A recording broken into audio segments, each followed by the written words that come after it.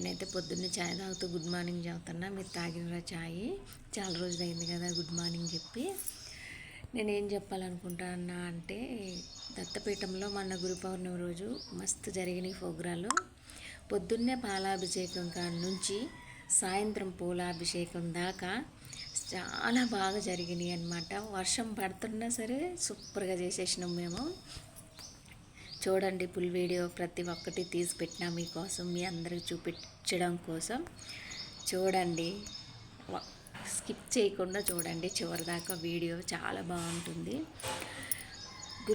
గురువు గురించి తెలుసుకోవాలంటే చాలా కష్టము. ఒక పని మనం చూసినమ్మిటే నేర్చుకోవచ్చు, ఒక మాట చూసినమ్మిటే నేర్చుకోవచ్చు, కానీ విన్నమ్మిటే నేర్చుకోవచ్చు మాట. కానీ గురువు గురించి తెలుసుకోవాలంటే చాలా కష్టము.